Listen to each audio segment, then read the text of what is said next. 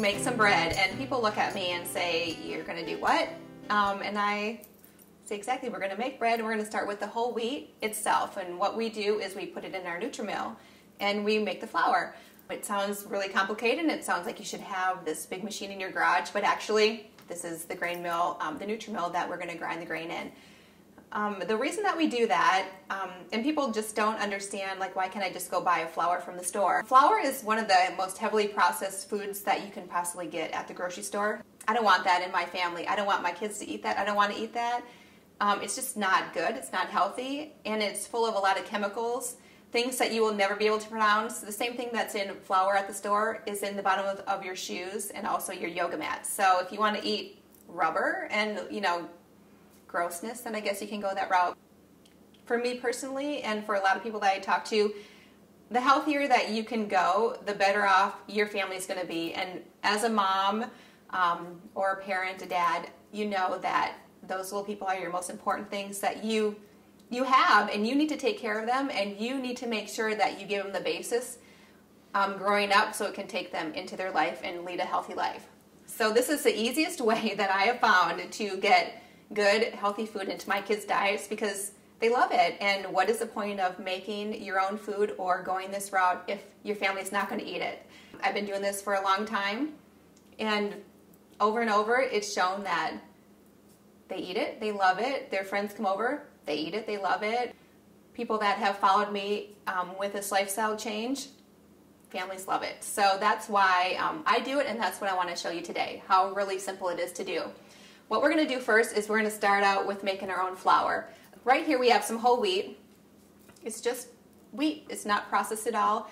What we're going to do is we're going to put that in the Nutri Mill, but the reasons why we use whole wheat, I'm just going to touch on real quickly, is there's a few components of the wheat itself, and when the wheat is processed, those are removed.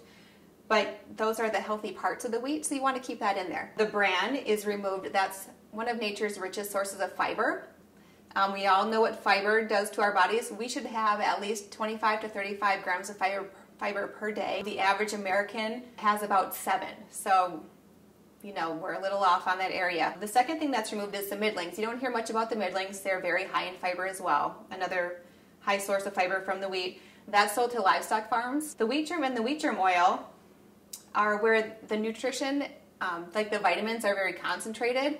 And it's also where when you crack this wheat or you grind it, as soon as the air hits those parts of the grain, it's going to start to oxidize. So if you think about cutting an apple. So we're going to cut an apple, we're going to leave it on the counter. What is it going to do? It's going to turn brown. So that is pretty much the same thing that happens with your whole grains when you grind them or when you crack them. The air gets in, it changes them, it oxidizes them, but you can't see it as well as if it were a piece of fruit in front of you. You know, whole grains are just like fruits and vegetables. Once you cut them up, you need to use them pretty quickly. The wheat germ and the wheat germ oil are where your vitamins are very concentrated. Your vitamin E, which is very good for your blood, it's very good for your skin.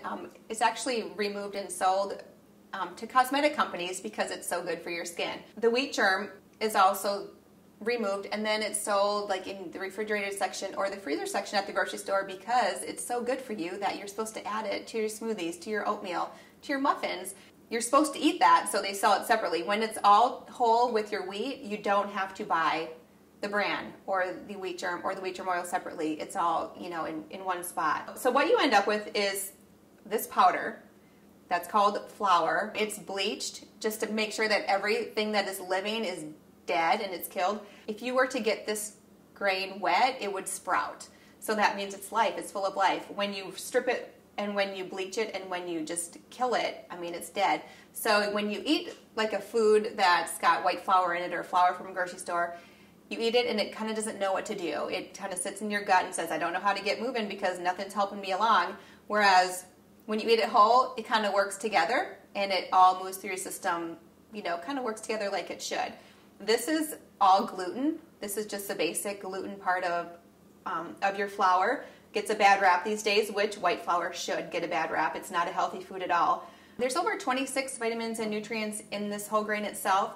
So when you're stripping it, you lose a lot of that. But when you eat it as a whole grain, it is a natural laxative. And for us moms, like I have 4 kids and bathroom issues are a major pain. So to kind of avoid that, you just kind of got to get food in them that is rich in fiber and that they like to eat. What you end up with after everything is, you know, removed and stripped is white flour. And white flour is the gluten part of the grain, and that your body was not meant to digest like only gluten. It's meant to digest the whole wheat as a whole. So that's why we grind the wheat and we keep all these components intact and together so your body can use it like it should. So what we're going to do is we are going to use our Nutri Mill, and we're going to take a little wheat, you know, just whole grain wheat, and we're going to add it to the top. I'm just going to do a little bit just to show you real quick. But you can do up to 12 cups of whole wheat in here. It's going to give you, you know, close to 20 cups of wheat or flour that comes out. We're going to make sure our bowl is on, and right here on the base of the mill, the Nutri Mill, you'll see a yes and a no, or you can just you'll feel 2 lines for the yes and just 1 line for the no. You always want to make sure you feel 2 lines, or you can see the word yes. If you can't, then your flour is going to blow out all over your kitchen, and that's not fun. And then just turn it on. We're going to grind about between 11 and 12 o'clock on the dial here, and all the way to the left for the motor.